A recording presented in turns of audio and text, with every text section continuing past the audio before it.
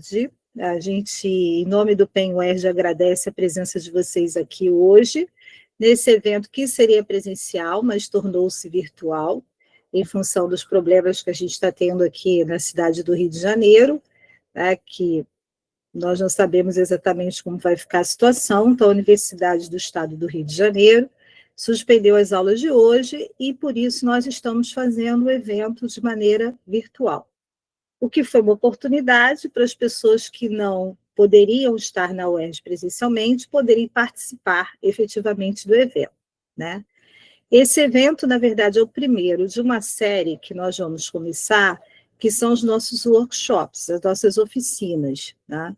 Onde nós convidamos pessoas, pesquisadores de diversos níveis de formação, para fazer uma apresentação do seu trabalho, da sua pesquisa, dialogando com o tema de Idade Média. Nem sempre eles são estudiosos da Idade Média, mas eles aceitam o desafio de estar aqui conosco. É o caso do Bruno Campos, que é mestrando da Universidade Federal Universidade Federal de Piauí. Eu fiquei com o FPI na cabeça, não saía o nome da universidade de jeito nenhum.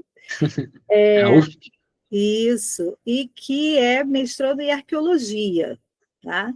Então, quando o Bruno falou comigo da sua pesquisa, eu chamei, vem cá, dá para falar alguma coisa sobre Idade Média aí, colocar a Idade Média nesse seu balaio, né? E o Bruno aceitou também o desafio de conversar, ou de tentar mostrar para a gente possibilidades que a gente vai construir aqui juntos também, de pensar o uso da inteligência artificial para os estudos medievais, mais especificamente. Então, o Bruno vai falar um pouco para a gente sobre inteligência artificial, o desafio da arqueologia brasileira, e a gente vai tentar puxar um pouquinho para a Idade Média. Então, Bruno, fique à vontade, você tem o tempo que você quiser para falar, né? No final, a gente vai abrir para pergunta, o povo aqui é muito perguntador, a gente pergunta bastante, e a gente quer mesmo isso. Todos os que estiverem participando aqui no Google Meet, fiquem à vontade para ir anotando as suas perguntas, para no final a gente conseguir construir um conhecimento coletivo, né, mais específico sobre as possibilidades do uso da arqueologia e da inteligência artificial na arqueologia e nos estudos medievais. Depois, no final, eu vou dizer para vocês por que Bruno é tão importante, mas isso eu deixo para o final. Bruno, fique à vontade, a palavra é sua. Primeiramente, boa tarde, sou arqueólogo e mestrando na universidade da UFP, e ao longo do meu mestrado eu transformei os sistemas de inteligência artificial mais populares, como o GPT e o Gemini, nos meus sujeitos de pesquisa. Eu tive eles como meu objeto, meu foco. E, em vez de somente usar eles, eu resolvi testar eles. E o que eu descobri, depois de testes e confrontando eles com a riqueza de complexidade da arqueologia brasileira, é que por trás dessa fachada de conhecimento universal, na verdade, existe um computador colonial, que replica vieses e exige um olhar crítico do sul global. Eu vou começar aqui, inclusive, a dizer que... Opa, peraí, tem que ir no outro. Inclusive, dizer que o meu projeto ele não é exatamente dentro da área dos estudos medievais, mas ele dá para ser aplicado, já que se trata de inteligência artificial e ela tende a ser um divulgador científico, né, um divulgador de informação, como minha pesquisa também vem mostrando. Mas me digam se passou. Passou aí, tá. E provavelmente vocês já ouviram falar de GPT, Gemini, Claude, essas ferramentas que explodiram em popularidade nos últimos 2 anos. A inteligência artificial ela já era usada antes em mecanismos como Netflix, Amazon e tudo mais. O que mudou e fez esse boom recente é o surgimento dos LLMs, que são linguagem mais natural, que facilitou com que as pessoas conseguissem conversar com as IAs mais fácil. Mas o que muitos não sabem é que a arqueologia como disciplina, ela sempre foi uma adotante meio precoce de tecnologia. A gente usou computadores desde os anos 70, GIS dos anos 90, reconstrução 3D, sensoriamento remoto, LiDAR. E a generativa, apesar dela ser interessante, ela representa um salto diferente. Não é apenas uma ferramenta de análise, é uma ferramenta de produção de conhecimento. E aí que está o problema. A IA é treinada em base de dados globais que refletem a literatura dominante majoritariamente euro-americana. Então, quando você pergunta a uma LLM, uma IA, se o que ela conhece sobre a arqueologia brasileira, a questão é justamente essa: o que será que ela sabe? Aí aqui está o ponto crucial. A nossa arqueologia brasileira, ou nossos dados, elas são do sul global, que tem poucas informações que apresentam, né? Tipo, que fornecem de dados para as IAs, que elas IAs normalmente são feitas no norte global e elas reproduzem esse conhecimento do norte global. A arqueologia sendo brasileira e outros dados, né, do sul global normalmente não são tão bem representados. E isso cria essa lacuna que acaba onde eu construí meu foco da minha pesquisa, né, se tornou meu laboratório, digamos assim, de teste. Aí a metodologia que eu utilizei, a princípio, foram três. Para testar. O cara tá. A princípio adotei três alternativas. Eu dividi em LLM offline, condição de controle, que seria fazer o teste com a inteligência artificial quando ela não está conectada a nada, ela está na forma base, porque assim eu posso verificar o que ela tem de conhecimento real, quais dados ela utiliza no trabalho dela. O segundo é o online, porque ela simula acesso a buscadores, né? Tipo, aí ela, com acesso a buscadores, ela acessa o Google, Wikipedia, artigos online, isso simula o que a maioria das pessoas faz quando usa as ferramentas. E a pergunta nesse segundo conforme com acesso online, é justamente se quando ela tem acesso online, ela torna mais inteligente, mais aprimorada, ou só se ela replica mais vieses. E a terceira condição é justamente com acesso à bibliografia fornecida, porque eu alimento ela com artigos acadêmicos específicos, livros, sobre Serra da Capivara, Sambaquis, tradição Nordeste, e aí a gente testa a qualidade, se ela consegue reproduzir respostas melhores. Porque é crucial, e sugere que, caso ela não consiga, mesmo com intervenção, né, de documentações, isso sugere que ela ainda precisa muito ainda de intervenção humana. Esses foram os três critérios primeiros da minha metodologia de avaliação. Em seguida, eu fui para a criação da minha pergunta, porque a pergunta ela tem que ser bem estruturada também para você fazer com a IA, não adianta só ser uma pergunta casual. E como formular essa pergunta para a IA? A pergunta ela precisa ser estruturada, ela precisa conter três elementos essenciais. O primeiro seria o objeto, o que você quer saber, por exemplo, a ocupação humana, artefatos, sítios. O segundo seria a espacialidade, aonde, né, por exemplo, Serra da Capivara, região litorânea, estado específico. E o terceiro critério seria a temporalidade. Quando, por exemplo, o período Pleistoceno, Holoceno, a fase de transição. E quando você combina esses três elementos, você cria uma pergunta que é específica o suficiente para testar a profundidade do conhecimento da IA. A exemplo, eu criei a pergunta para testar, né, quando eu fui fazer o meu projeto, que era o que se pode dizer sobre as ocupações humanas no período de transição entre o Pleistoceno e o Holoceno, na região da Serra da Capivara. E essa é uma pergunta difícil, porque ela envolve cronologia complexa, períodos geológicos, envolve debate científico atual sobre o povoamento das Américas e envolve conhecimento regional específico sobre a Serra da Capivara. E isso é exatamente o tipo de pergunta que faz com que a IA tenha um certo desafio, né, para ela responder. Eu pensei se ela teria esse desafio e ela acabou mostrando ter. É... Aí a gente vai falar um pouco da Serra da Capivara, que eu achei necessário citar, não sei se todos conhecem, né, que a Serra da Capivara ela é um patrimônio cultural da humanidade, reconhecido pela Unesco desde 1991. E fica no Piauí, no Nordeste do Brasil. Ela é um dos sítios arqueológicos mais importantes da América do Sul, porque guarda evidências de ocupação humana que remontam a dezenas de milhares de anos, e também desafiam e movem o debate global de como se deu o povoamento das Américas. É um lugar onde a história humana do continente foi escrita. Então eu fiz a pergunta à IA, especificamente ao modelo Gemma 3, que é um predecessor do Gemini, que foi a pergunta que eu mostrei a vocês, né, o que se pode dizer sobre a ocupação humana no período de transição entre o Pleistoceno e o Holoceno na região da Serra Capivara. E o resultado, a resposta dela, eu trouxe na íntegra para mostrar para vocês também, que aí eu vou tentar acompanhar com vocês. Pergun- é, O período de transição entre o Pleistoceno e o Holoceno, pleistocêntico e holocêntrico na Serra da Capivara, Helocêntrico na Serra Capivara é um período fascinante e complexo, marcado por uma mistura de extinções em massa e megafauna, e mudanças climáticas significativas e por um aumento da atividade humana. Ela falou sobre descobertas de novas espécies e grande extinção, disse que a extinção em massa do Pleistoceno foi provavelmente causada por evento de impacto de asteroide, marcado pela descoberta. Deixa eu trazer aqui, porque vai me atrapalhar ali. Cá. Período de transição entre o Pleistocênico e o Holocêntrico na Serra Capivara é um período fascinante e complexo, marcado por uma mistura de extinção em massa de megafauna e mudanças climáticas significativas, e por um aumento da atividade humana. Aí ela vai separando em tópico, né? Descoberta de novas espécies e a grande extinção.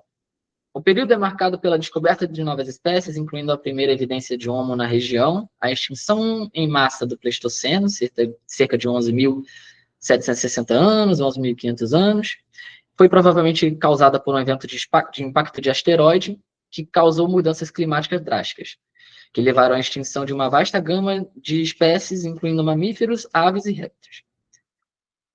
Atividade arqueológica. Os primeiros grupos humanos na Serra da Capivara eram provavelmente pequenos nódulos sociais, adaptados a uma vida em comunidade, e as evidências arqueológicas sugerem que eles viviam em grupos pequenos, em pequenos grupos, né? E em particular, em, em, em particular, que praticavam caça e coleta. Os humanos da Serra da Capivara demonstraram uma capacidade notável de adaptação aos desafios impostos pelas mudanças climáticas. Eles desenvolveram técnicas de inicialmente provavelmente usando plantas silvestres, e caça-pesca para sustentar suas populações. A presença de arte rupestre, especialmente no complexo de Os Cabritos, um dos maiores e mais importantes sítios arqueológicos da região, sugere alguma forma de expressão artística e possivelmente uma compreensão de geologia e do ambiente local. Potencial para o desenvolvimento de culturas de subsistência. A presença de plantas cultivadas, embora não seja absolutamente clara, e a utilização de técnicas de agricultura primitiva podem ter indicado um desenvolvimento de culturas de subsistência, que, se tivesse evoluído, teria um grande impacto na paisagem e no ecossistema da Serra da Capivara. Esse texto que eu li, ele é a resposta integral da GEMA 3. E no final ela deu um resumo, né, falando sobre o período de transição da Serra Capivara, que é caracterizado por estabilidade ambiental.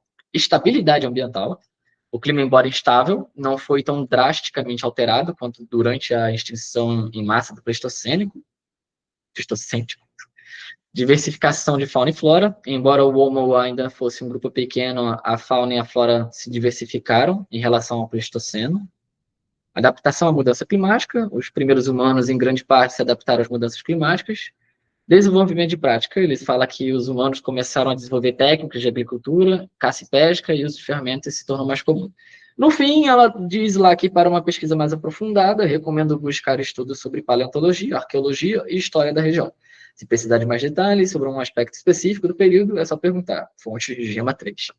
Nesse sentido, na verdade, a parte da GEMA 3 em que ela forneceu um dado mais correto foi aí, onde ela diz que para ter mais informação a gente tem que procurar ir atrás em fontes científicas. É o mais correto. Mas aí eu vou mostrar os erros parte a parte, como se deu. O primeiro erro foi a invenção da terminologia, que ela fala sobre pleistocêntico e holocêntrico, sendo que o correto é dizer pleistoceno e holoceno. E o porquê do erro? Os termos são importantes pode parecer tipo, né, um detalhe menor, mas não é. Quando você está falando sobre ciência e precisão terminológica, ela importa. A IA, ela inventou palavras que não existem. E isso revela um problema fundamental, né? Que a IA, ela não apenas erra ocasionalmente, como ela constrói erros sobre erros, criando uma narrativa que parece coerente, mas que, na verdade, é fundamentalmente falsa. Isso cria-se um dos problemas. O segundo problema é a hipótese sensacionalista, porque ela diz que a extinção da megafauna aconteceu por conta de uma queda de um meteoro. Ela diz que a extinção em massa do Pleistoceno foi provavelmente causada por um evento de impacto de asteroide. Agora, eu fui atrás, pesquisei, e essa hipótese, ela existe, ela é chamada de impacto de Ongerdies, mas ela está longe de ser um consenso científico. O debate científico atual gira em torno de dois fatores principais. O primeiro que seria a grande mudança climática no fim da Era do Gelo. O segundo que foi a pressão causada pela chegada dos humanos, né, a grande caça, que eles chamam, alguns chamam assim, né, caça mais predatória com a chegada dos humanos. E provavelmente foi uma combinação dos dois fatores. A IA escolheu a hipótese mais sensacionalista e a que mais soa como um filme de ficção científica. Isso é um viés em direção ao dramático e meio extraordinário. Isso demonstra, tipo, que ela amplifica certos tipos de narrativa em detrimento a outras, que é um simples sensacionalista. Terceiro problema foi a alucinação algorítmica, que a gente chama assim, quando ela simplesmente inventa mesmo uma terminologia ou uma passagem. Nesse caso, ela falou sobre os cabritos, que foi uma clara alucinação. Aí ela escreveu que tem a presença de arte rupestre, especialmente no complexo de Os Cabritos, sendo ele um dos mais importantes sítios arqueológicos da região. E aqui que está o problema. O sítio Os Cabritos, ele não existe. Eu procurei em teses, documentos do IFAM, e o Instituto do Patrimônio Histórico e Artístico Nacional, base de dados do IFAM, nada. Consultei cadastro de sítio arqueológico do IFAM, e ele é simplesmente uma invenção, esse sítio. Isso é uma alucinação algoritmo. Quando a máquina gera informações que parecem reais, mas são apresentadas, parecem reais, são apresentadas com confiança, mas que são completamente falsas. Isso é grave porque se um estudante lesse essa resposta sem verificação crítica, ele poderia citar os cabritos, né, em um trabalho acadêmico, isso espalharia, acabaria espalhando essa desinformação e faria com que essa desinformação se tornasse um conhecimento, né, digamos assim. E esse é o risco real da IA, não apenas errar, mas errar de forma convincente, que é um dos maiores problemas que nós temos na IA, problemáticos. Não só isso, a IA ela traz essa visão colonial, né? Ela traz consigo um viés, até pelos dados com que ela é alimentada. E nesse caso, quando a IA escreveu, os humanos começam a desenvolver técnicas de agricultura que, se tivesse evoluído, teria um grande impacto na paisagem. Se liga nessa frase, se tivesse evoluído. O que a IA ela está tentando fazer, ela está impondo uma narrativa de progresso linear. A ideia é de que o único caminho válido de desenvolvimento é caçador-coletor, depois agricultor, depois civilização urbana, que é um viés evolucionista, né, que vem do século XIX, que vem de uma perspectiva europeia, e é a ideia de que existe um caminho único de progresso, e que qualquer sociedade que não siga esse caminho é primitiva ou atrasada. Mas aqui está a verdade arqueológica, né? As estratégias de caça e coleta que os povos da Serra da Capivara desenvolveram, eles foram extremamente bem-sucedidos. Eles viveram naquela região por dezenas de milhares de anos, desenvolveram tecnologias sofisticadas de pedra, como o técnico complexo Itaparica, criaram arte rupestre, eles não falharam por não terem desenvolvido a agricultura. Eles fizeram escolhas culturais que funcionaram para eles. E a IA, ela não consegue ver isso. Ela recorre a uma estrutura eurocêntrica para interpretar o contexto brasileiro. E isso é o computador colonial, que eu mencionei, né? A IA, ela não é apenas imprecisa, ela acaba sendo ideologicamente enviesada.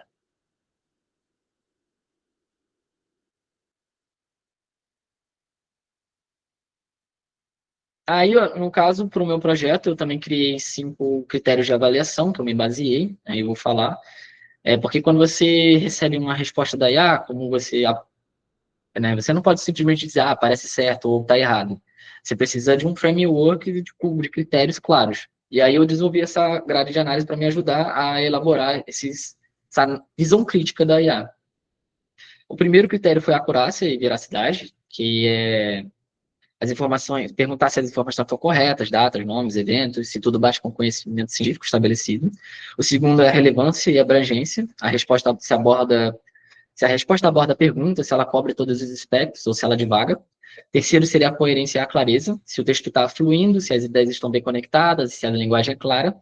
O quarto seria a originalidade e profundidade, se a resposta vai além da compilação superficial, se ela oferece insights, se ela explora nuances. E o cinco, que seria a identificação de alucinações e erros factuais, que é o mais crítico, né? Se a IA inventa fatos, se ela apresenta informações que podem ser ou não podem ser verificadas.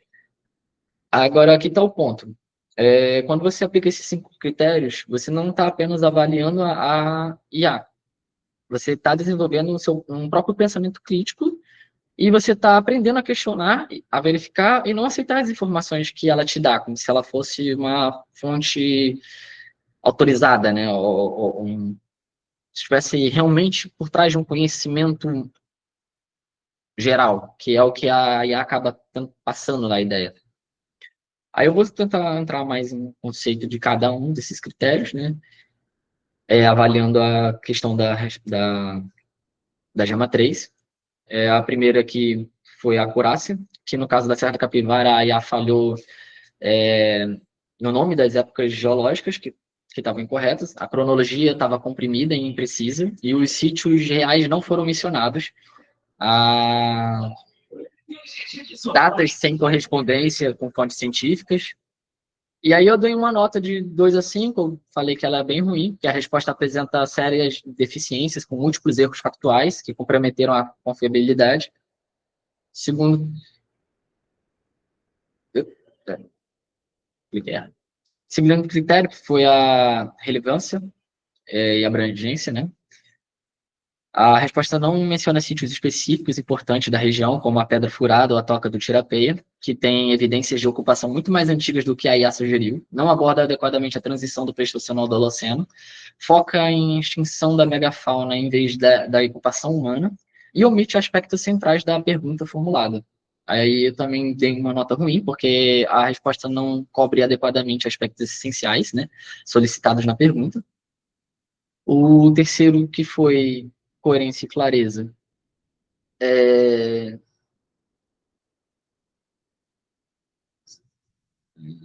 Coerência e clareza, a IA foi o texto que ela fez bem estruturado, foi fácil de ler. O texto ela apresenta um fluxo coerente, as ideias são bem conectadas, a linguagem é clara e acessível. E a estrutura da narrativa é até lógica, né? Ela é boa. A resposta é coerente e clara, apesar dos erros graves e as graves erros factuais indicados nos critérios anteriores, mas isso é enganoso, né? Porque apesar do texto ser bem escrito, ela traz um monte de erros, mas nesse sentido de coerência e clareza no texto em si, ela foi bem. E o quarto, originalidade e profundidade, que a resposta da IA ela foi bastante superficial, ela não explorou o debate científico sobre a extinção da megafauna, ela não discutiu as implicações culturais das escolhas que os povos da Serra Capivara fizeram. A resposta constitui uma compilação de informações, ausência de análise crítica profunda, nem insights que demonstrassem compreensão real do contexto, e não apresenta síntese interpretativa original. A resposta não demonstra profundidade analítica, né, no caso adequada para um contexto arqueológico complexo. O quinto, que foi a identificação de alucinações,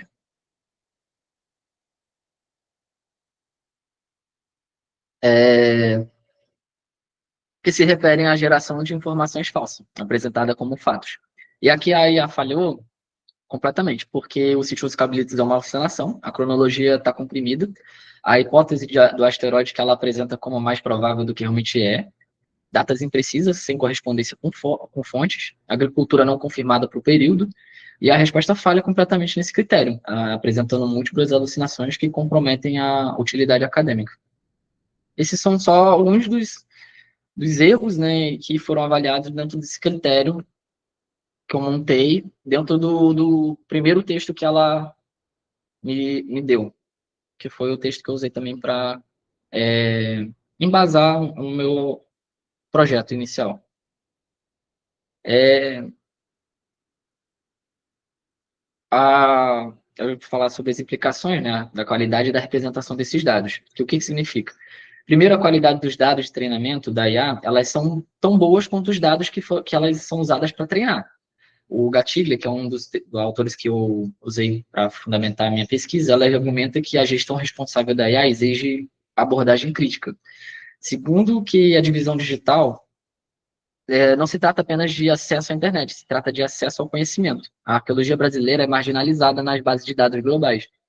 E a terceira, que a intervenção humana ela é insubstituível. O profissional qualificado ele continua sendo essencial para a curadoria e verificação e interpretação desses dados. Eu testei outras perguntas também sobre sambaqui de cabeçuda em Santa Catarina, sobre tradições nordeste, e o resultado foram similares, erros factuais, alucinações e viés coloniais. Aí ela tem dificuldade sistêmica em lidar com contextos arqueológicos brasileiros específicos. No caso da sambaqui de cabeçuda, ele deu datas erradas. No caso de tradição nordeste, ele não conseguiu interpretar que se tratava de uma tradição lítica específica. Ele entendeu como sendo um local, uma área.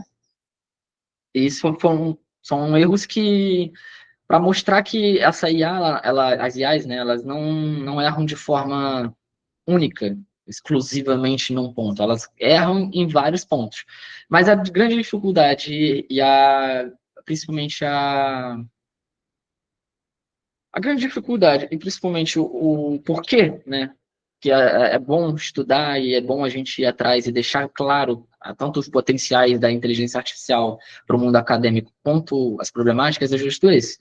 Porque ela, como ferramenta, ela é muito útil, mas se a gente não tiver cuidado em analisar o que ela nos fornece como dados, a gente acaba passando direto e dá como verdade algo que é totalmente falso. A conclusão, né, que a gente conclui disso é que a IA generativa ela pode ser uma ferramenta útil, como eu falei, mas ela não substitui o conhecimento especializado. A responsabilidade crítica é fundamental. E a gente não pode adotar a IA acriticamente na prática arqueológica, nem em nenhuma prática. A arqueologia do sul global precisa estar mais representada nas bases de dados globais, e a gente, como pesquisadores, precisa continuar sendo os guardiões desse rigor científico. A IA, então, coisa que eu coloquei que a IA ela não é uma inimiga. Eu não estou aqui, meu projeto não tem foco em dizer que a IA é uma inimiga ou que não deve ser utilizada. É só que ela não é uma solução. Ela é uma ferramenta cuja utilidade depende de quem a usa e como a usa. E aí eu vou deixar aqui aberto para perguntas e discussões, né? Porque se vocês já tiveram alguma experiência com IA, em pesquisa, se alguém já testou essa ferramenta em contextos brasileiros, eu também queria saber, justamente por vocês serem da área de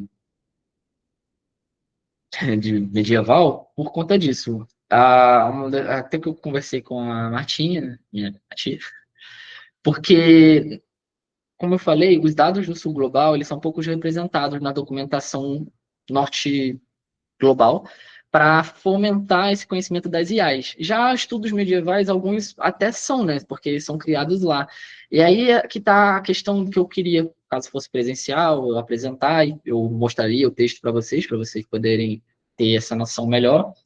E aí eu queria fazer a questão de vocês justamente pensarem em perguntas e fazerem para as IAs para vocês avaliarem as respostas de forma crítica, né? As respostas dessas inteligências artificiais para saber, será se é mais bem representado? Será se a documentação que vem dos estudos medievalistas, eles são mais bem representados nos bancos de dados das IAs? Ou será que não? Será que são tão subrepresentados quanto o subglobal, quanto nossas histórias? A minha atividade que eu não tinha pensado era mais ou menos nesse sentido. Eu não sei se dá para fazer, mas vou deixar a critério de vocês também de pensarem aí se rola ou não dá. E abrir aí para discussão, isso foi um breve coisa para falar sobre o projeto, do meu projeto que eu estou desenvolvendo. e algumas das referências que eu tenho utilizado, e tem mais ainda para colocar, né? Mas estou ainda desenvolvendo pouco a pouco. E é isso. Beleza, obrigada, Bruno. Compartilhamento da tela aí para a gente começar a conversar, porque, na verdade, né, a proposta era que fosse presencial. Então, aí é o que o Bruno falou, a gente faria, né, ali uma atividade pensada, voltada um pouquinho para essa questão da interação entre as IAs e os estudos medievais. Mas, assim, virtualmente, a gente talvez não consiga executar essa parte, né, prática da oficina, embora eu tenha feito aqui um pequeno exercício que depois eu quero compartilhar com vocês e fazer algumas provocações. Mas vamos lá, primeiro vamos às perguntas, tá, gente? Então, quem tiver pergunta, quem quiser falar, a primeira pergunta que aparece aqui é do Ricardo, né? Que coloca: eu não consegui entrar mais cedo. Qual modelo foi usado nessas interações com a IA, Bruno? Então, eu não me limitei, eu pensei justamente de pensar na questão, estruturar bem a questão, confirmar se ela tem base sólida para ir atrás e termos como se diz, uma base sólida, né? Na hora de você criar a questão. Porque a pergunta, ela é tão importante quanto a resposta da IA, para a gente poder avaliar. E aí eu fiz a mesma pergunta para diferentes IAs. Então, não tem uma limitação. Eu posso fazer a questão... Eu acredito que para a dissertação eu vou me limitar a 2 a 3 para cada pergunta que eu fizer. Talvez umas 10, 20 perguntas sobre áreas diferentes da arqueologia, com avaliação crítica, mas não tem uma limitação. Nesse modelo aí, para o projeto, eu usei a Gema 3, que ela é eu usei ela como ela é uma IA de local. Eu baixei ela para o computador, fiz com o meu orientador, a gente usou ela localmente e fizemos a pergunta para ela na lata. A gente pegou a primeira resposta que ela deu, porque é uma forma mais certa de testar com que base de dados, né, a IA está sendo alimentada. Aí a gente consegue ver como é que ela se comporta ali nos dados. Mas não tem um modelo específico. Nesse caso, a Gema 3. De onde ela foi criada? A Gema 3 é do Gemini. Ela é do mesmo do Google. A Gema 3 é um sistema do Google.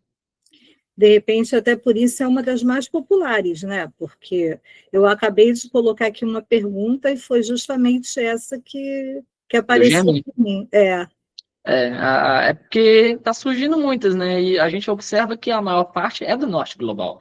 A gente tem IA na China, tem IA nos Estados Unidos. Então, isso parece que eles vendem essa ideia, a inteligência artificial vende a ideia de que ela tem um conhecimento geral. Todo o conhecimento está ali. Mas não é bem verdade. Ela é bem enviesada. Ela é alimentada com dados deles, que são em maior número. Isso faz com que eles olhem para questões mais específicas do sul global e não saibam. Inventem terminologias ou, pior, usem conceitos antigos, né? Por exemplo, essa questão que eu trago num projeto também, que é essa de se tivessem evoluído, dizendo que tem uma linha cronológica a ser seguida para a evolução humana, que é uma ideia do século XIX. Sim. Agora o José Vitor vai perguntar, depois o Gabriel, e aí quem quiser, gente, é só levantar a mão e perguntar ou colocar no chat, tá bom? Fala aí, José Vitor. Alô, todos me ouvem bem? Perfeitamente. Boa tarde e parabéns, Bruno, pela apresentação. Achei vários pontos interessantes. E eu gostaria de fazer um comentário e alguns pontos para a gente refletir também, porque essa coisa, né, da IA inventar dados, errar em alguns dados, mas ainda assim fazer parecer com que o discurso seja coerente, é muito assustador, né? Porque isso tem um poder de absorção, né, discursiva, né? Isso aumenta o poder do discurso da IA de perpassar as pessoas, né? De fazer com que ela seja entendida como portadora de um certo conhecimento, né? E a minha pergunta é o seguinte, né? A gente tem que lembrar também que a IA, ela é um produto, né, de uma empresa. Aí eu gostaria de saber se dá para pensar, pelo menos na sua pesquisa, se existe alguma relação entre esses erros que as IAs apresentam e as políticas da empresa, sabe? Porque quem é que eles contratam, por exemplo, para fornecer os dados da área de história, por exemplo, da inteligência artificial em questão? Entende? Eu gostaria de saber se isso está no seu campo assim, de interesse.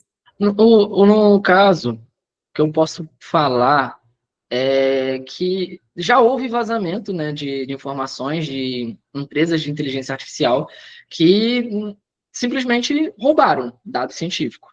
Inclusive, essa questão aí entra muito na questão da ética da IA, né?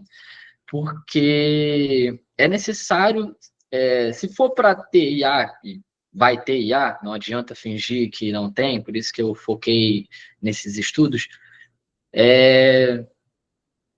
a gente tem que ter uma forma certa de fazer isso. O que muitas empresas fazem é só coletar um banco de dados enorme e utilizar os dados. E um dos problemas que vem disso, que é da própria, digamos, do próprio mainstream da IA, é o que a gente chama de caixa preta. Porque a gente sabe a informação que entra e sabe a informação que sai, mas não sabe a tomada de decisão que ela faz ali dentro. Existem algumas opções de inteligências artificiais que já estão sendo propostas para deixar mais claro como é que ela chega naquela resposta, o que ela está usando ali de base de dado para se basear para dar aquela resposta. Mas a maior parte delas a gente não tem essa noção, né? E é o que torna uma problemática também no uso da IA. Até que ponto as pesquisas têm que ser sigilosas, né? Não podem ser sigilosas, né? Tipo assim, deveria ter um contato maior entre das empresas, um esclarecimento das empresas de uso. Fazer parceria com universidades, deixar claro, olha, vamos usar os dados, vocês permitem que os dados sejam utilizados. Assim como nós, pesquisadores, a gente faz, que a gente cria uma coisa, passa para alguém, a pessoa revisa, tem essa revisão de pares, a inteligência artificial deveria ter isso também, não ser um grande compilado de informação que vende a ideia de que tem toda a informação do mundo, porque não adianta, né? Pode ter muita informação, mas se muita informação já caiu em desuso, muita informação é pega de fora, sem nenhum critério, você tem ali uma grande mistura que fala muito bem, e é a parte que é um problemaço.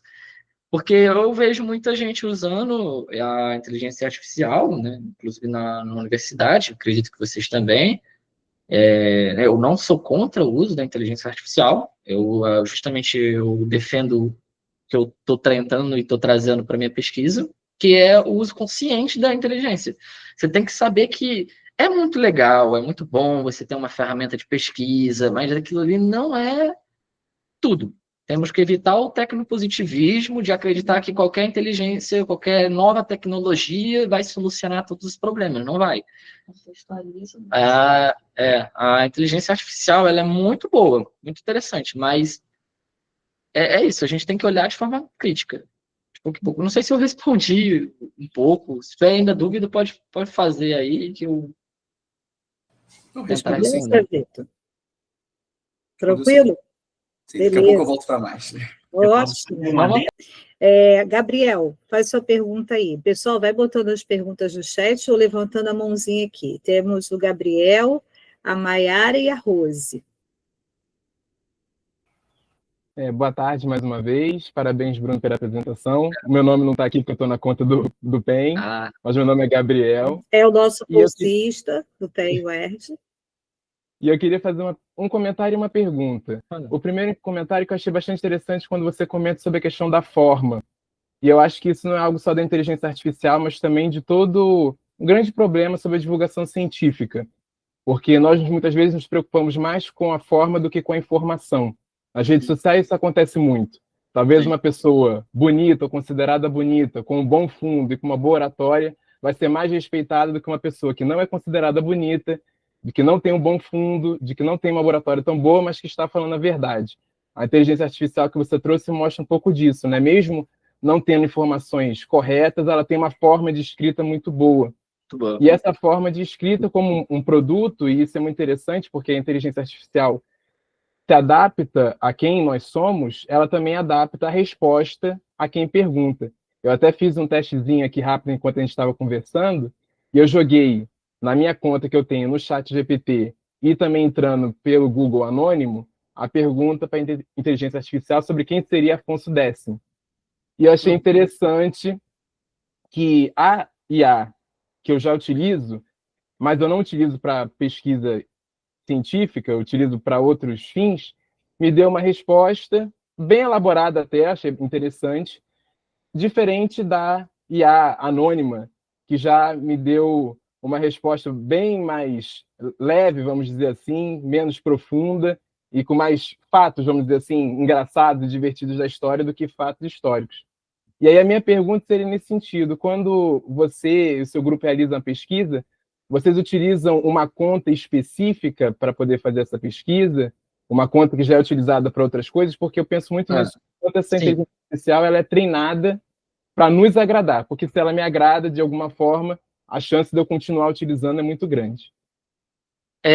Para a pesquisa, como eu usei, né, para o projeto, o que eu e o Greg, que é o meu orientador, não sei se ele vai estar aí, acho que não, porque ele me mandou uma mensagem aqui, a gente fez a pergunta localmente. A gente baixou baixamos esqueci o nome que se dá, mas a gente baixou um programa que faz uso de várias IAs dentro dele, só que ela é no computador. Então, você consegue fazer ela localmente, a pergunta, ela sem acesso à internet, e você consegue ver a resposta base dela, o que vem de alimentação das fontes dela. Essa foi uma das coisas que eu usei para essa pergunta original. Uma proposta minha é criar um e-mail, e aí eu ainda tenho que conversar, porque eu também quero ver cada vez mais opções de teste. Tudo aqui que eu estou trazendo para vocês, que eu falei, é do meu projeto, que eu fiz, mas estou desenvolvendo melhorias para ele com o tempo. Eu estou querendo usar, como você falou, uma conta nova.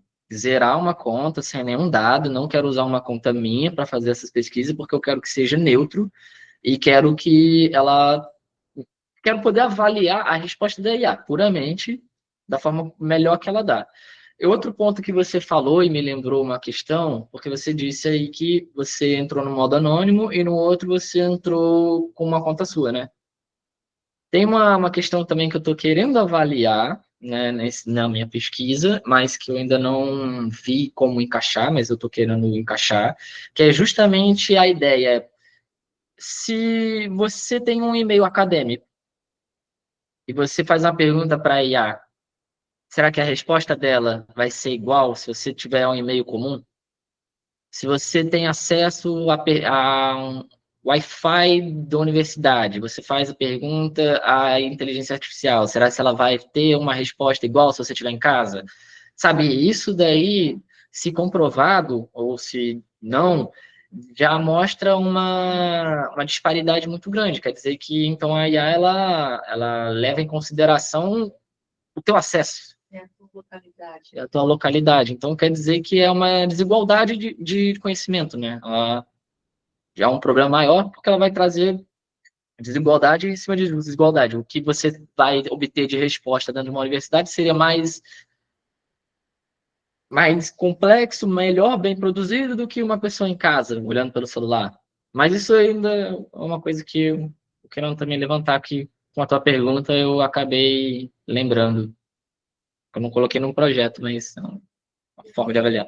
Tem umas perguntas aqui também no chat, né? Vou pegar primeiro o pessoal que está com a mão levantada aí, e aí depois a gente vai para as do chat, o povo vai botando no chat ou levantando a mão, tá? Maiara, faz sua pergunta aí, querida. Oi, obrigada. Bom, primeiro, parabenizar o Bruno pela pesquisa, super interessante. Acho que nesse momento né, que a IA está tão em ascensão, é muito importante pesquisar sobre isso. E, na verdade, o meu é mais um comentário, assim, não é exatamente uma pergunta, mas é mais um comentário para a gente refletir. Porque eu tenho visto alguns estudos, né, ultimamente sobre racismo algorítmico e como a IA ela reproduz né, preconceitos, enfim, e coisas enraizadas na sociedade, porque ela também aprende, né, no que está aí, no que é produzido, e a nossa sociedade produz essas coisas. Então, ela vai aprendendo também em cima desses comportamentos, dessas visões, né, carregadas de, enfim, informações erradas, preconceito e etc. E aí, pensando um pouco no estudo de medieval, né, eu fico pensando, por exemplo, a gente vê muitas coisas ainda de medieval que são construídas em cima dessas visões completamente erradas do que foi a Idade Média. Inclusive por, sei lá, eu vi esses dias, eu não lembro qual foi a matéria, mas falando alguma coisa que aconteceu no mundo, e aí, tipo, uma coisa medieval nos dias de hoje, sabe? Então, assim, a gente ainda tem muito isso. E aí eu fico pensando como que a IA reproduz isso nos estudos medievais, sabe? E eu penso muito também, por exemplo, não apenas no público acadêmico, que pode ter muito mais essa questão de, vou verificar se essa informação faz sentido ou não. Mas, por exemplo, nos alunos de educação básica, sabe? Às vezes joga lá alguma coisa de medieval porque viu num filme, ou, sei lá, num seriado, alguma coisa assim. E aí, às vezes, aquilo vai reproduzir essa informação completamente errada sobre o período. Então, é mais assim, é mais um comentário mesmo, e eu não sei se você pensa sobre isso na sua área, assim, como que vocês não combateriam, mas assim, como que você faria? Porque, né, eu penso assim, nessa questão dos filmes, dos seriados, eu vejo que muitos que o PEN e outros grupos de estudo fazem é tentar fazer história pública, né? Fazer eventos e tal. Não para dizer, você não pode ver isso porque está errado, mas assim, para conseguir distinguir que isso é fantasia, isso é realidade. E eu fico pensando, assim, se existem estudos relacionados a isso, como a gente poderia. É só, tipo, disseminar informação verdadeira e a IA vai se alimentar disso de certa forma, e aí vai contrabalancear. Enfim, não sei. Coisas para a gente pensar. Mas é isso, eu só queria fazer esse comentário e te parabenizar mais uma vez. Obrigado. E a gente tem essa preocupação também. A gente tem essa preocupação com a questão do enviesamento que a IA traz. Essa questão da IA pegar, às vezes, conhecimentos que já caíram por terra, né? Já está desacreditado, ou então coisas que não são um consenso científico exatamente, mas por às vezes ter uma grande quantidade de dados, aí ela vai e pega aquilo ali como uma verdade. Tipo a questão do meteoro para ser a causa do extermínio da megafauna, sabe? Tipo, não é um consenso científico, não é nem perto disso, mas ela só joga informação, um meteoro. Inicialmente, quando eu li isso, eu achei até que ela estava querendo falar dos dinossauros. Aí depois que eu fui pesquisar, fui atrás, eu entendi mais ou menos que ela estava falando do Longas Dias. Mas como a gente melhora isso? A princípio, no Brasil, a gente não tem trabalhos nessa área, são poucos os trabalhos que estão começando, que estão desenvolvendo. Está indo, né? Vai começando de pouquinho em pouquinho, mas eu acredito que o melhor que a gente possa fazer no momento é participar mais ativamente, cada vez mais ativamente com congressos internacionais, trazer a nossa visão do sul global, por isso que é tão importante essa nossa análise crítica com relação à inteligência artificial, porque às vezes para eles lá pode estar de boa, pode estar tranquilo, mas para a gente não está, a gente consegue ver esse enviesamento, consegue ver essas questões que são que trazem diversas problemáticas, né? Como você falou, você ensina a IA de uma coisa, ela vai replicar aquilo, é uma ferramenta, né? Ela não tem um senso crítico real próprio. Então, eu acho que a forma melhor da gente ir melhorando com o tempo essa questão das inteligências artificiais para tudo é cada vez participar mais ativamente, gerar artigo, ir em comunidade científica, congresso, Eu tô querendo ver se eu escrevo artigo também, mando lá para Viena, tô vendo umas coisas aí para fazer, mas por enquanto eu tô só focado mesmo na dissertação, tem que ser uma coisa de cada vez, porque senão eu piro. E inteligência artificial já é mexer com código de programação, aí você estuda uma coisa, estuda outra coisa, aí eu vou ficar meio perdido. Então, tô tentando ir com um pouquinho. Aos poucos a gente vai fazendo esse movimento, né? Só antes de passar para a Rose, eu coloquei aqui a perguntinha que eu fiz para a Yaya, o que é a Idade Média? Pergunta básica, né? Então, aí ela me responde. A Idade Média foi o período da história europeia que se estendeu do século V ao XV. O período é compreendido entre dois marcos tradicionais, o fim do Império Romano do Ocidente, em 476, e a tomada de Constantinopla, em 1453. Aí ela bota contexto e características principais: feudalismo, economia agrária, influência da Igreja Católica, descentralização do poder e cultura material. Ela tem uma visão totalmente tradicional do que seria a Idade Média, né? Ela não leva em consideração, por exemplo, as questões sobre a própria discussão do conceito de Idade Média, né? Ela entende a Idade Média como algo que é fundamentalmente europeu, enquanto é um período de tempo que está acontecendo em vários locais ao mesmo tempo, então tem muita coisa acontecendo entre o século V e o século XV, então ela está totalmente defasada em relação até ao que a historiografia já cansou de andar, mesmo a do norte, né, global, já cansou de andar em relação ao que é a Idade Média, né? Então, ela ainda é alimentada muito, como você falou, por esses dados mais antigos e que vão reproduzindo estereótipos, né, sobre a Idade Média. E aí, quando a gente vai ter que dar aula para o menininho lá do ensino fundamental, como a Mayara colocou aqui, e ele vai lá, vou fazer, a professora vai pedir uma pesquisa sobre o que é a Idade Média. Ele vai lá na IA do Google, copia, cola, que é o que normalmente eles fazem. Isso acontece em arqueologia. E aí pronto, né? Ele resolveu o problema dele, mas ele está com aquela visão totalmente estreita, né, da questão. Fala, Rose. E aí eu acho que o nosso papel vai ser sempre de ser arquitetos, né, no sentido de construir e desconstruir, né? Então ele apresenta aquele desenho, ele não fez por maldade, lógico que não, foi o que ele conseguiu, foi a informação que chegou até ele, mas cabe a gente desconstruir, né? E desconstruir mostrando, olha, não é bem assim, olha, né? Ajusta aqui, ajusta ali, então nesse sentido de arquitetura. Primeiro, Bruno, muito obrigada pela sua fala, parabéns. Se você estava nervoso, fique tranquilo. Eu considero assim, você foi um presente, que a minha cabeça está aqui explodindo, assim, pululando. Eu estava aqui, eu não vou falar, porque você me atravessa em todas as minhas áreas de conhecimento. E aí eu vou fazer alguns comentários mesmo aqui para a gente refletindo juntos, diante da fala de todos os colegas, de todos os que colaboraram aqui também com as perguntas, a quem eu agradeço, porque aí incentivaram, motivaram ainda mais aqui aquilo que eu tenho a dizer. Então, vou começar pelo fim, quando você antes fala. de você começar, eu cometi uma gafe, porque nem todos sabem que você tem formação em arquivologia e biblioteconomia. Pois é. Então, você está falando, Bruno, com alguém que conhece muito dessa área. Por isso que ela está falando para eu ia falar isso agora, porque é a questão da gestão da informação, mais gestão do conhecimento, né? E a IA está vindo aí trazer muitas questões para a gente nessa área. Então, primeira coisa que eu digo para você, e você já falou, e eu concordo, é participar mais do debate, né? De simpósios, de congressos.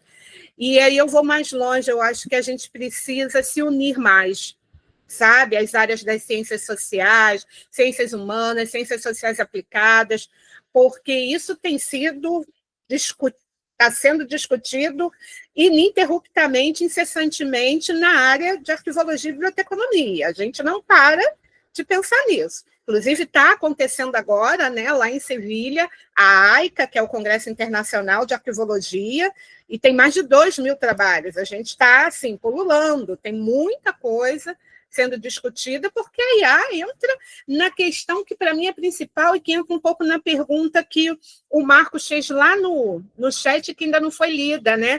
Da possibilidade dela criar documento. Ela cria fonte. né? Então, eu acho que tem aí várias questões que você pontuou. A principal, para mim, é a ética, porque a IA ela responde baseada em dados que são dados para ela, não é? Ela é alimentada. Então, que dados são esses dos quais ela se alimenta? Isso é, quem alimenta essas IAs? Né? Tudo entra no princípio ético, porque se aquelas bases de dados estão armazenadas com informações não verdadeiras, que a gente usa mais, né, nessas áreas o não verdadeiro do que o falso, por várias questões que a gente poderia falar aqui depois, claro que o que ela vai fornecer é aquilo que foi dado para ela.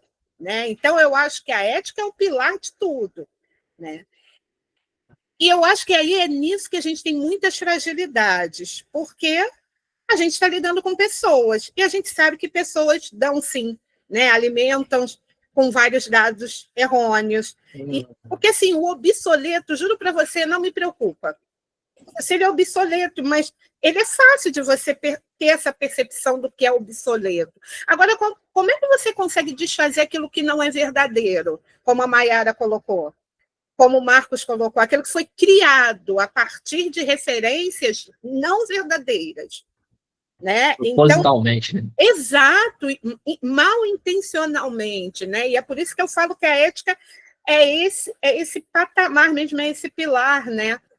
E aí fiquei pensando muito nisso, nessa questão da IA, de se criar meios. Quais seriam os meios? Aí é isso que eu queria aqui para a gente pensar, e lógico, não é para pensar hoje, não, para pensar a vida inteira. Como a gente pode fazer no sentido de gerir, né? na questão de gestão mesmo, informações que, de fato, propiciem a produção do conhecimento, seja ele científico ou não, de forma ética, né? De forma íntegra, no sentido de integridade, no sentido do mais... Eu não gosto de usar o verdadeiro, mas não tem outra palavra aqui, né? Possível, porque senão a gente está sempre muito perto de fragilidades, né? E aí a gente, enquanto aqui pesquisadores, que a gente está aqui falando, né, com pessoas de vários níveis de formação, mas sim que se propõem a ser pesquisadores, você, eu, né, nós todos, cada um na sua área de conhecimento, se a gente não tiver essa ética em mente, é um fio muito frágil, tênue, né, a gente mesmo criar um conhecimento, gerar um conhecimento depois que vai passar adiante. Então, o que eu quero dizer não é só o ensino fundamental e médio, não, a academia, né? A gente tem que pensar muito. E eu sempre falo isso, a Marta sabe, eu mexo muito nisso. Princípios éticos, para mim, são algo muito, muito valiosos, sabe? Porque eu sei no exercício da minha profissão, o quanto uma informação não verdadeira pode gerar de problemas. Problemas para o cidadão, porque aí as pessoas também não pensam que esses centros de guarda dessas informações, desse conhecimento científico, ao longo do processo histórico das sociedades, né, eles estão ali para servir a sociedade. E, às vezes, a sociedade não tem essa noção. E aí, uma informação inverídica gera problemas inimagináveis no campo político, no campo social, no campo científico, na geração de direitos do cidadão, sabe? Eu tenho vários testemunhos disso, né? É um direito básico do cidadão de ter o direito à sua terra, porque tinha uma escritura falsa, né? Que dava o direito ao outro. Então, eu acho que a gente tem que pensar muito nisso, né? E a IA, como você disse, e pensar sempre, acho que o principal da sua fala, a IA é meio, né? A IA não é fim.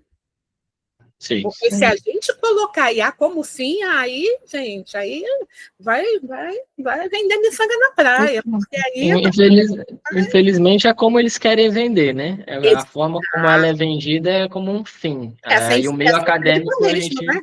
Que você trouxe aí, né? Então, aí a gente cabe a nós fala, não, mas peraí, isso aqui não é um fim, isso aqui é um meio, porque meio. tem isso, que ainda estão bem errados, estão fazendo de maneira errada. E eu não sei, sim, não tenho todas as respostas, né? Acredito que uma melhora nesse sentido do que você falou também seria justamente abrir o código-fonte.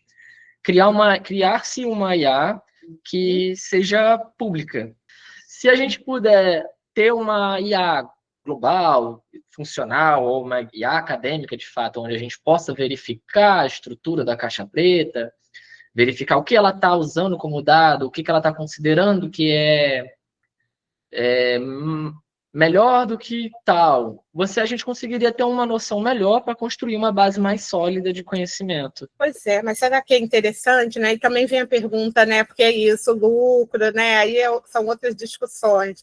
Mas obrigada, Bruno, assim, obrigada mesmo por sempre me provocar. Eu sou provocada o tempo inteiro, eu sou atravessada o tempo inteiro, mas é isso também que me alimenta, né? No exercício mesmo, né? Porque às vezes essas tecnologias e os discursos vão atropelando a gente, né? E aí essas ciências acabam sendo tidas como obsoletas, né?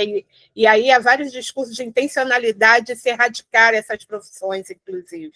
A gente também se conflitua muito com isso, né? A IA vai substituir essas áreas, vai extinguir, ó, rasga aí o diploma, porque ó, já era, né? O povo acha que... Pois é. Questão, né? Mas não é. Mas obrigada mesmo. E, por favor, volta, tá? Para a gente conversar mais. Vai dar certo. Então, eu vou ler aqui a pergunta do Marcos, Bruno, que a Rose mencionou. Acha que é possível descrever um contexto do período medieval através da IA para gerar imagens, usando referências bibliográficas?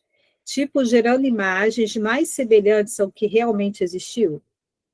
Semelhantes ao que realmente existiu. A IA, ela é um sistema que ela cruza dados, né? Ela é um sistema que ela serve para conectar vários assuntos, vários dados. Se você tiver referências bibliográficas sólidas que tenham e forneçam várias interpretações de vários ângulos daquela época, daquele local em específico, eu não tenho por que não achar que ela poderia criar uma imagem, né, com base na interpretação dela daquilo. Agora, se vai ser mais semelhante ao que realmente existiu, é difícil dizer, né? Realmente não dá. Principalmente sem a caixa preta, voltando à caixa preta, para saber o que é que ela está considerando aí.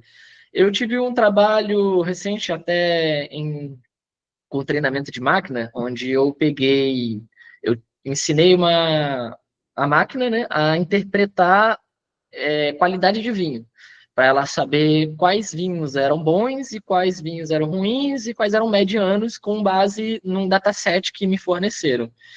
E de primeira, assim, quando eu rodei a máquina disse que a acurácia dela era 86%. Super bem acurada, estava acertando tranquilo.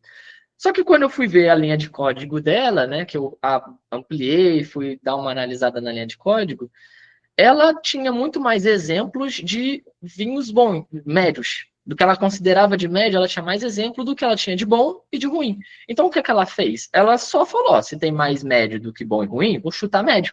Porque se eu chutar tudo médio, a chance de eu acertar é maior. E é isso que a IA é. Ela é só uma ferramenta, né? Ela é muito boa, mas é uma ferramenta de nada. Ela vai buscar o que é mais certinho ali para ela. Ela não precisa ter a dificuldade de chutar bom e errar, ou chutar ruim e errar, se ela pode chutar. Que a maior parte é médio, ela sabe que é médio, então chuta médio. Acredito que ao mesmo se aplica essa ideia. Você tem que ter referências bibliográficas bem diferentes, que contextualizem aquela época que você quer, de vários ângulos, quanto mais ângulos, melhores. E aí ela vai poder fazer um cruzamento de dados, talvez ela até interprete coisas que o olho humano, o conhecimento humano, às vezes não interpreta, né? Porque ela consegue cruzar dados muito mais com muito mais velocidade e muito mais a fundo do que o ser humano. Talvez gere imagens bem legais. Talvez não. se eu perguntar agora na inteligência artificial, no GPT, se ele consegue gerar uma imagem da Era do Gelo, né? Com os mamutes e tudo, será que ela vai gerar uma imagem convincente? Será que é próxima do real com a base de dados que ela tem? Não sei. Eu acho que tudo tem, é o que você está insistindo em falar, e eu acho que é muito lógico, né? É um meio, gente, né? É um meio. Sobretudo um meio, ela não é a solução para os problemas, até porque ela é algo que foi produzido pela humanidade, portanto, ela é alimentada pela humanidade, os seus prós e contras, né? E a Helena tem uma pergunta aqui, ó. E quanto ao uso da IA para a tradução, quais cuidados deveríamos ter? Para tradução, eu acredito que uma forma boa, que eu vi um projeto certa vez, até para tradução de escrita cuneiforme, da Suméria, é que eles usam, claro, especialistas, chamam os especialistas para poder verificar, ajudar na interpretação das palavras, e eles fazem cruzamento de dados. Eles usam não só um sistema para tentar interpretar o que está escrito, mas usam mais de um, e aí depois comparam também os fatos e também comparam com pesquisadores. A grande questão, nesse sentido da escrita cuneiforme, quando eu estava olhando que eles estavam usando o IA para isso, para a tradução, era mais porque tem poucos, né, pesquisadores, especialistas nisso. Então, eles estavam tentando fazer com que a escrita cuneiforme fosse mais rapidamente e de forma precisa ser traduzida. Mas eu acredito que os cuidados que tem que ter é sempre ter um especialista por perto, sempre ter alguém para fazer e mexer e interpretar o resultado da IA. Porque, como a tia Martinha falou também, o computador não vai tornar tudo mais preciso só porque ele existe. Quem faz, quem torna a ferramenta mais útil, quem torna ela melhor é a pessoa. É a pessoa que tem que saber o que está fazendo, o que ela quer alcançar com aquilo, ter um olhar crítico com relação àquilo e levar a ferramenta, né, a IA, para aquilo que tu quer. Não é ela que manda, é você que tem que guiar para ver. Aí tem que ter uma avaliação crítica. Mas para esse negócio de tradução, se tu se interessar em tradução de pesquisa escrita cuneiforme com... Só colocar escrita cuneiforme IA. É um site bem maneiro. Acho que é um programa europeu, né? Mas é bem interessante, bem legal. Para a gente que estuda Idade Média, a IA ajuda no latim um pouquinho, né? Porque vamos combinar que latim é uma língua que nem todos dominam. Difícil, né? Mas ajuda, sempre com cuidado, que é o que você está falando, da gente ter sempre uma gramática, né? Um dicionário de latim, procurar outras traduções para além daquelas que a primeira tradução te dá, né? Sim. E sempre conferindo com a documentação, porque senão saem umas coisas assim, bastante absurdas, né? Eu já usei uma vez, coloquei uma lei no Fuero Real, o Fuero Real é uma fonte que eu estudo da Idade Média, um conjunto de leis, e eu botei no Google Tradutor, e ele traduziu algo como revólver. Aí eu comecei a rir, eu falei, revólver, começou a ter revólver, na Idade Média tem revólver, né? Então, assim, a gente tem que ter cuidado também com essas adaptações, né? É complicado. O Lucas tem uma pergunta, o Lucas Soares, o José Vitor também, e temos ainda 3 perguntas da Sara, da Maria Eduarda, e a Maiara fez um comentário aqui, tá legal? Aí, depois dessas, vamos começar, né, a fechar aqui a nossa atividade, mas quem tiver pergunta e quiser fazer, ainda pode levantar a mão, tá legal? Fala, Lucas. Oi, gente, boa tarde, professora Rosiane, boa tarde, Bruno, parabéns pela comunicação, muito interessante mesmo, eu gosto muito. Boa tarde, professora Marta, também, meus colegas aqui. Professora, eu queria saber primeiro, né, como você encara essa questão, que eu diria ter um problema, uma questão mesmo na pesquisa de sempre que afirmamos algo ou trabalhamos algo a respeito de a gente já está atrasado, Queria saber se você vai tratar dessa problemática dentro da sua pesquisa e como você faria isso. E também queria saber se você vai dar uma certa atenção a essa questão que eu mencionei de como ela está sempre evoluindo a um futuro de curto prazo. Então, se você vai dar atenção para essa questão de melhorias de futuro de curto prazo e como você vai abordar, se você vai abordar, né, esse tipo de problema de sempre estar obsoleto já tudo que a gente afirma hoje em dia, né, sobre atualmente, assim. Quando eu comecei, essa foi uma das perguntas que o meu professor fez, né, tipo, mas a IA está sendo sempre evoluindo, e então como a gente vai analisar? Não tem uma forma simples, né? Porque a tecnologia evolui muito mais do que a gente consegue acompanhar. Entretanto, pelo que eu tenho observado, mesmo em sistemas mais complexos e maiores, tipo o GPT-5, né, que foi o último do OpenAI, ele ainda comete erros, porque justamente a questão não está na evolução da tecnologia, e sim na falta de dados que alimentam essa tecnologia. Então, mesmo que ela evolua, ainda que eu utilize as IAs mais recentes, que é o que eu pretendo fazer, que eu tenho vontade mesmo, de pegar o que está no topo no momento e fazer as perguntas, analisar. Eu espero estar errado, eu espero que elas sejam melhores, apresentem dados melhores, mas eu não acho que vão ter muitos, não. Mas eu pretendo falar também sobre essa questão dela estar evoluindo, né? Porque é uma questão a ser levada realmente em consideração. Agora, o outro ponto foi sobre o uso. Qual outro ponto que você falou? Acho que você fez uma síntese, acho que você sintetizou bem. Era justamente isso mesmo, se você vai abordar a questão dessa evolução para o futuro, né? Próximo, né? Eu preciso, né, falar que às vezes, por exemplo, um trabalho super atual, quando eu terminar de fazer, aí eu tô lá no GPT-5, quando eu terminar, lanço 6. Tipo, é complicado. A tecnologia, como eles são de uma empresa privada, cresce muito mais rápido do que o nosso conhecimento científico. Mas não deixa de ser útil o nosso conhecimento científico, porque a gente mostra que a gente não pode aceitar simplesmente por aceitar porque está avançando, né? Esse falso técnico-positivismo, de acreditar que por ser uma nova tecnologia ela vai resolver os nossos problemas, não é real. A tecnologia é muito boa, tem muitos dados, ela é muito completa, mas lhe falta dados. Se você alimentar ela com o GPT-5, mas você pega uma tecnologia bruta e alimenta ela com fontes do Dáquila Pesquisa, ela vai gerar besteira.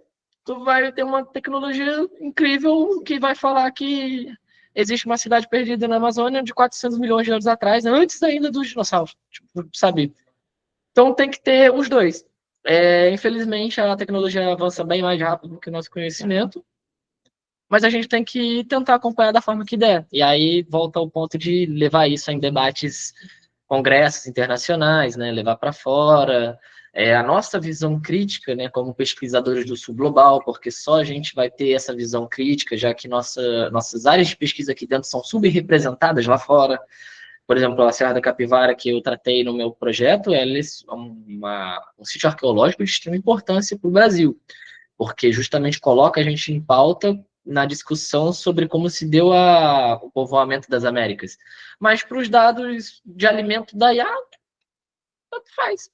Agora, né, com o GPT-5, talvez ela deva saber melhor, perguntar, vai saber responder nega de guidon e tudo mais, então quero ver também até onde vai essa melhoria. E se confirmado, ótimo, porque meu trabalho aqui realmente não é dizer mal ou colocar que é inútil. Não é, não use a IA, porque ela é inútil. Não, é ter um olhar crítico e mostrar, olha, podemos usar, mas desde que a gente tenha a interpretação. Eu quero também abordar essa questão da ética, da inteligência artificial, quero tentar trazer isso para o trabalho, porque eu acho de extrema importância, porque temos aí uma coisa que eu já vejo que é conflituosa, de certa forma, porque para alimentar a IA a gente precisa de bilhões de dados e informações.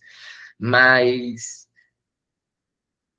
nem todo pesquisador, né, nem toda pessoa que produz conhecimento científico necessariamente vai querer liberar a informação, o dado para a IA. Então, já é uma questão que eu acho que é uma abordagem mais delicada de fazer, sabe? Exigiria aí uma parceria entre empresas, universidades, talvez, não sei. E olha, eu ficaria aqui com você também anos, é outra questão. Você tocou em outro ponto, que é essencial nessa conversa. Por isso que eu trouxe a ética, porque que dados são esses de onde eles estão buscando esses dados? Porque institucionalmente, para coletar dados institucionais, ele vai passar por uma série de obstáculos que, para a empresa, vai ser obstáculo sempre. Tá? São questões delicadas, né? Mas, Lucas, deu para explicar? Deu para responder a tua questão? Deu sim. Muito obrigado, Bruno. Valeu. Eu acho legal isso, porque assim, o que o Lucas falou, que a Rosiane está falando, porque na prática, gente, mesmo que todo conhecimento, né, ele se faz com pequenos passos. Eu acho que o conhecimento é como se fosse assim, uma parede, né? Cada um vai botando um pedacinho, cada um vai botando um tijolinho, até virar uma parede, né? Então, mesmo que daqui, quando você terminar a sua dissertação, lance a versão 6, 7, 8, né, da IA, o que você fez até agora já vai contribuir para provocar as pessoas para pensar sobre isso. Eu acho que essa que é a grande questão, a gente precisa ser provocado para pensar sobre isso, né? Sobre esses usos. E como você tem colocado bem, não simplesmente absorver, né? Mas ver de maneira crítica a utilização, não negar a utilização, mas criar parâmetros até para utilizá-la. Aí tem uma pergunta aqui que eu vou engatar, tá, Zé Vitor? Só um instantinho antes de você, porque tem a ver com o que eu acabei de comentar, que a Maria Eduarda coloca assim, olha, vou falar logo as duas. A Sara Guedes perguntou, e sobre o uso da IA no meio acadêmico? Já temos parâmetros sobre como deixar claro o seu uso no trabalho, pensando bibliografia do trabalho acadêmico? Tá? E a Maria Eduarda perguntou também aqui o seguinte, espera aí que eu perdi a da Maria Eduarda. Está aqui. Acredito que antes de adentrar a bibliografia sobre IA, os historiadores deveriam fazer mais análises críticas sobre a própria história digital. O Noiré e a Lucchesi são fundamentais para quem utiliza fontes digitais. Então, Bruno, dá para dar uma resposta aí para esse pessoal? A da Maria, da Eduarda, foi um comentário, né? Sim. Deixa eu ver aqui. Abri aqui o meu, porque eu acho que não saiu aqui no subir aqui. O da Maria Eduarda foi um comentário, e realmente eu concordo com a Maria Eduarda. A gente pensar sobre o uso da história digital também é importante, né? Mas acredito que, paralelamente, a gente também precisa pensar sobre a própria parte técnica da IA, né?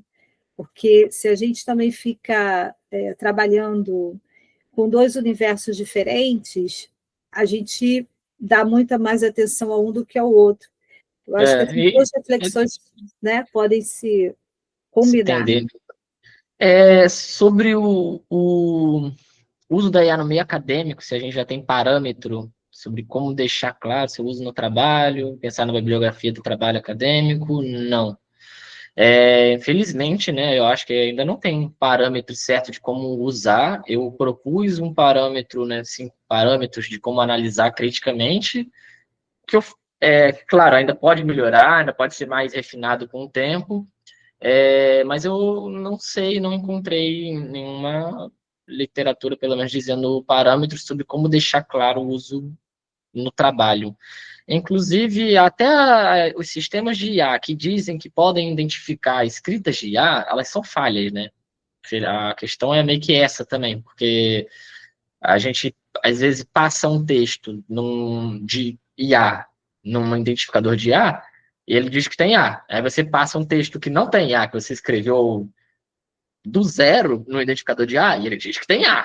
Então, tipo assim, ele também não é 100%. Então, ele também não serve como uma base exata. Então, acho que não tem um parâmetro ainda sobre como deixar claro. O que eu também pretendo deixar com o meu trabalho, no final, é dicas, né? Ideias sobre como...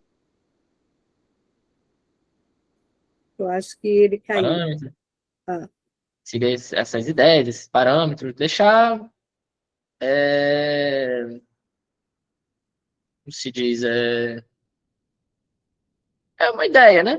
Deixar ideias de como ser seguido. Propostas, né? Propostas, isso. Propostas de analisar, né? De se trabalhar com a inteligência artificial para que ela, no decorrer, né? Ela seja melhor utilizada dentro e também no meio acadêmico. Principalmente no meio acadêmico e fora. Se chegar fora, é ótimo. Então, todo mundo sabendo usar. Perdão, eu fui testar num desses sites gratuitos, inclusive o Marcos estava comigo, que a gente conversou. Eu fui testar num site gratuito para ver se tinha, né, conteúdo de IA. Peguei um texto de 2019, que é antes do boom da IA, né, que tinha sido todo escrito, e coloquei. Aí ele disse que tinha IA. E eu fiquei, oxe, será que palavras específicas, pontuação, ele julga às vezes por ter IA e às vezes não tem? Não sei, né? Porque eles não deixam claro qual é o parâmetro também que eles vão utilizar para averiguar isso. É Mas interessante, complicado. porque assim, eu estava na banca com uma professora, aí ela estava comentando justamente isso, que ela fez um texto e ela botou no corretor lá do Windows, se não me engano, né? E aí o corretor dizia para ela, mas tem a ferramenta de IA, né, do Windows. Não, mas tem, esse texto tem IA. Aí ela, mas eu acabei de escrever, como assim? Aí ela foi olhar, a IA era o texto dela, entende? Ela fez o texto, e aí a IA estava dizendo que ela estava copiando ela mesma, né? Então é uma coisa complicada. Aí a Sara bota aqui, como monitora, junto com o professor, temos dificuldades com trabalhos que têm muitos indícios de que foi uma cópia e cola de IA, mas que não podemos provar. Pois é, exatamente isso, né? Fica uma situação complicada. E vamos lá, José Vitor, você vai fazer a nossa última pergunta do dia. Pode Nossa, falar. que pergunta. Nossa, fiquei até nervoso agora. Não, então, a questão era justamente sobre o uso de IA no meio escolar e no meio acadêmico, né? Até porque a senhora trouxe o exemplo, né, do aluno que vai fazer um trabalho rápido e acaba usando a inteligência artificial do Google. E teve um ponto na apresentação do Bruno que me chamou muita atenção, que foi o modo, como ele prestou atenção no modo de como perguntar à inteligência artificial para ter uma resposta mais ou menos fundamentada com base nos dados que ele forneceu.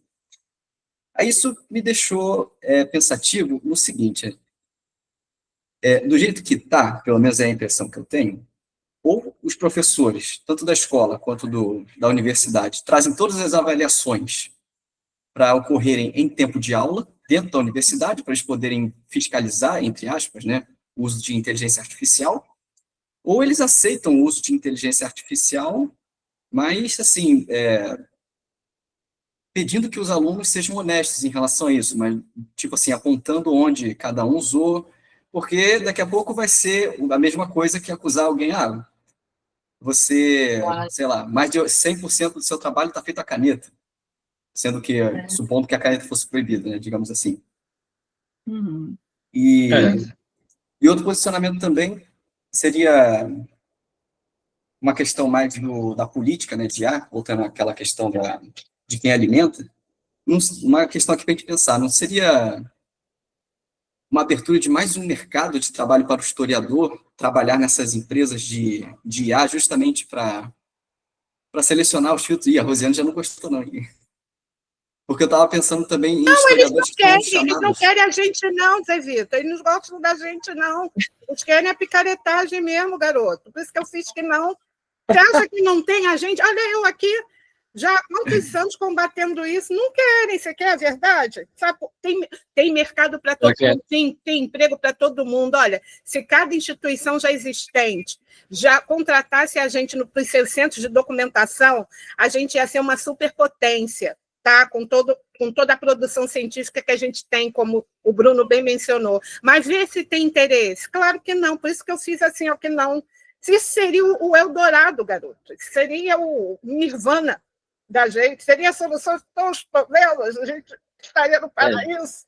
Eu até concordo também. Eu acho que se fosse visto como um novo mercado de trabalho, seria ótimo, né? Porque inclusive precisa ter verificação, a IA, para mim, ela poderia para ontem passar por verificação de 2 fatores, né? Igual a gente, quando publica, precisa de mais pessoas para revisar.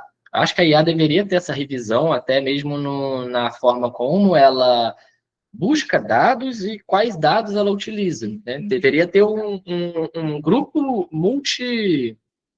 deveria ser acompanhado tudo, né, por grupos multidisciplinares, pessoas com diversos conhecimentos, trabalhando juntos, usando a IA, averiguando, Mas na prática, como essas inteligências artificiais não são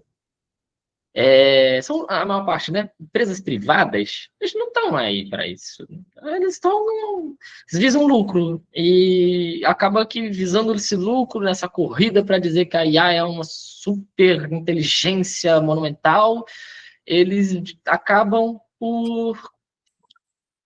justamente colocando essas listas, né? De empregos que vão sumir por conta da IA. Não, induzir, né, esse medo, induzir esse medo. Sendo que, na prática, por exemplo, quando a gente vai estudar, vai mexer, vai trabalhar IA, a gente precisa. Aí ela não surgiu do zero, ela precisa de alguém para criar a fonte de dado dela. É mesmo que ela recrie os dados, né, que ela se reproduza, ela ainda pode estar usando coisa errada. Então, sabe, uma verificação. Eles fazem uma verificação aqui e lá, tá? Mas eu concordo, seria ótimo. Não, eu pensei nisso pensando na relação entre as empresas que fazem jogos históricos e filmes históricos que chamam historiadores para serem consultores. Aí isso me fez pensar se a IA não seria mais uma abertura para isso, né? E bem, tem essa dimensão, né, de ser as IAs serem produtos de iniciativas privadas, não teria uma dimensão de caber ao meio acadêmico mesmo, por meio de políticas públicas, sabe? Estabelecer uma relação, porque a IA dissemina conhecimento tal qual a academia, né? Não tal qual a academia, não na mesma posição da academia, mas informação, conhecimento. E é pior do que a academia, ao meu ver, porque abrange muito mais pessoas. A academia, a gente produz conhecimento por meio de artigos, teses, publicações, mas, infelizmente, fica muito preso dentro da academia. O nosso conhecimento é divulgado dentro da academia, consumido por outros acadêmicos, mas não chega na maior parte da população, né? Agora, uma IA, infelizmente, você simplesmente pega o celular, Google, tu logo ali e tem uma resposta rápida, Gemini, GPT.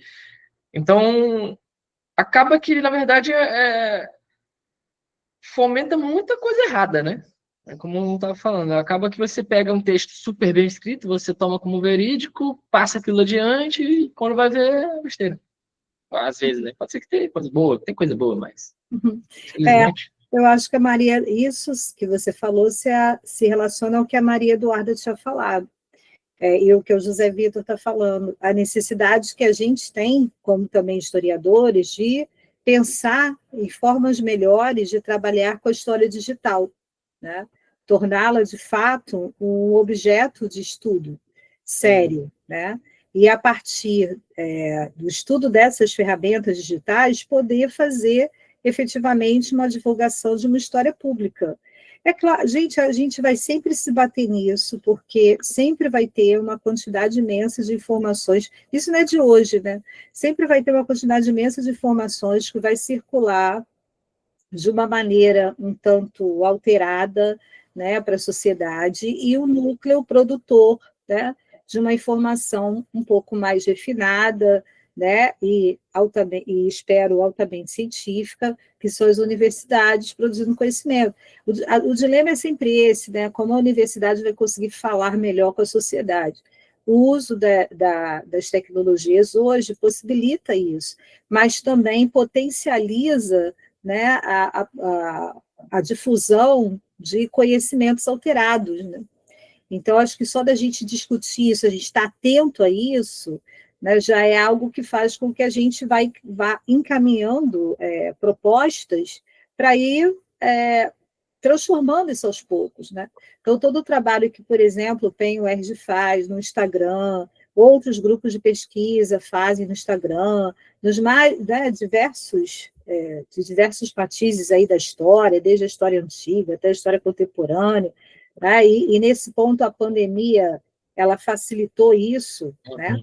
Ela permitiu que as pessoas, a gente também, né, da academia, perdesse o medo das redes sociais e começasse a se apropriar das redes sociais como um instrumento para divulgar o conhecimento produzido. Isso tem funcionado, acho que de uma maneira mais efetiva. E, com o tempo, a gente vai persistindo e criando outras estratégias. Mas, como a Rose falou, é uma luta, né, que a gente vai travando ao longo do tempo. Fala aí, Mayara, para a gente ir terminando.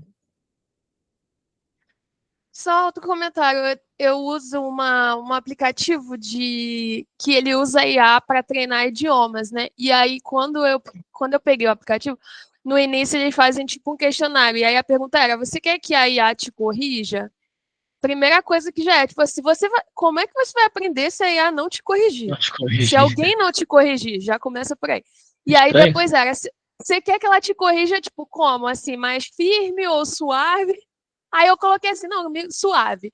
Aí eu, beleza, comecei a usar. Aí eu percebi que quando eu falo uma coisa errada, porque é de fala, né? Aí ela fala assim: ai, parabéns pela sua resposta, você está correta. Mas você pode falar isso de outro jeito. Então, assim, coisa que, tipo, se você está com um professor, não existe uma opção. A pessoa vai te corrigir, porque é isso, porque você não vai aprender.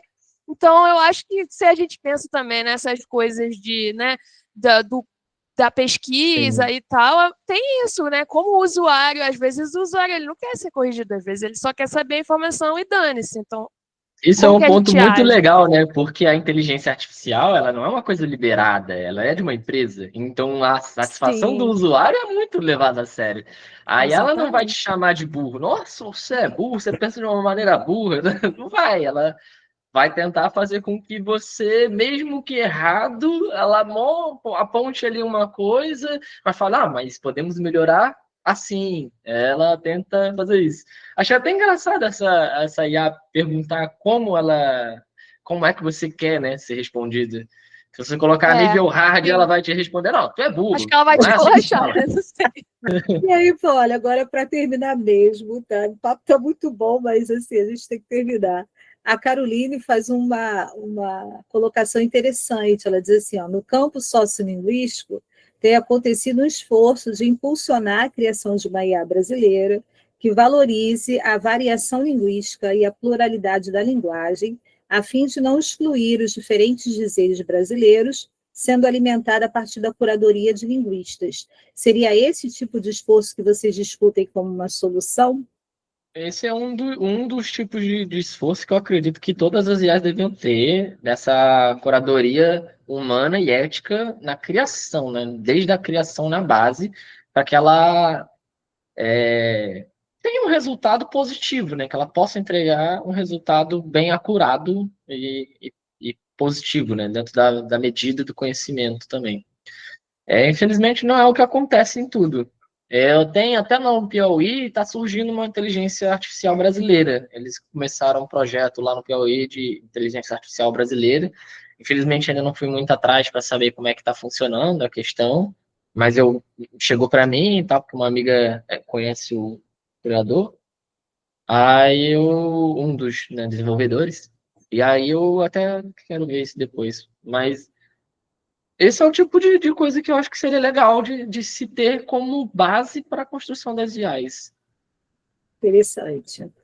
Bom, gente, olha, foi muito legal, Bruno, muito obrigada, né?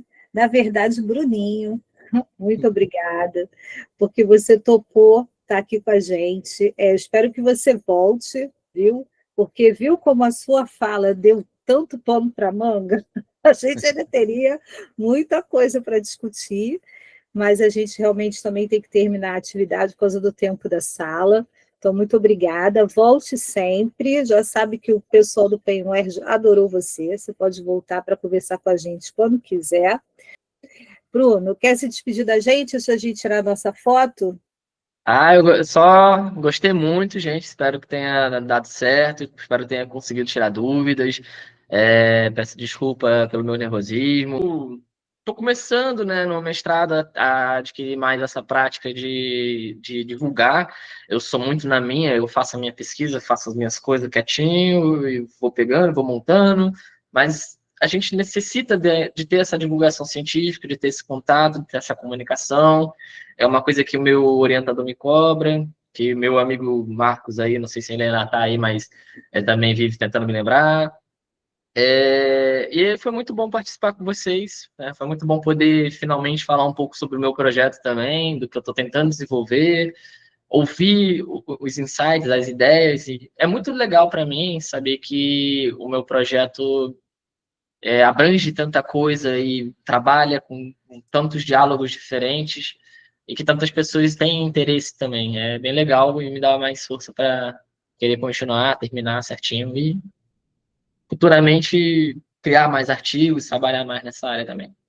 Que bom. Agradeço muito. Está totalmente aprovado, aprovadíssimo. Obrigado. Mando um abraço, um beijo para o seu orientador, ter liberado você para estar aqui com a gente. A gente agradece muito. Então, eu deixo aqui o nosso abraço bem apertado, carinhoso e caloroso para cada um que vier assistir essa live depois. Curtam os nossos canais no Instagram, no próprio YouTube. Fiquem ligados naquilo que a gente vem produzindo, porque é para vocês. E a galera que está aqui, ó, vai lá no YouTube, vai lá no Instagram e curte. A gente precisa de engajamento. Então, quanto mais você curte, mais pessoas têm contato com aquilo que a gente vem produzindo. Então, faz isso pela gente. Até a próxima. Um beijo grande e tchau, tchau. Até a próxima. Tchau.